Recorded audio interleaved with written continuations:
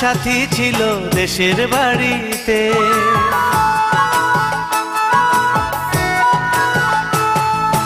আমার একটা সাথী ছিল দেশের বাড়িতে, মিষ্টি প্রেমের লিখত চিঠি প্রতি মাসেতে।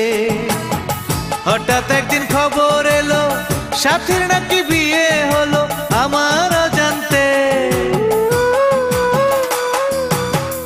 এখন বলো দেশে যাব কার আশাতে, এখন বলো দেশে যাব কার আশাতে।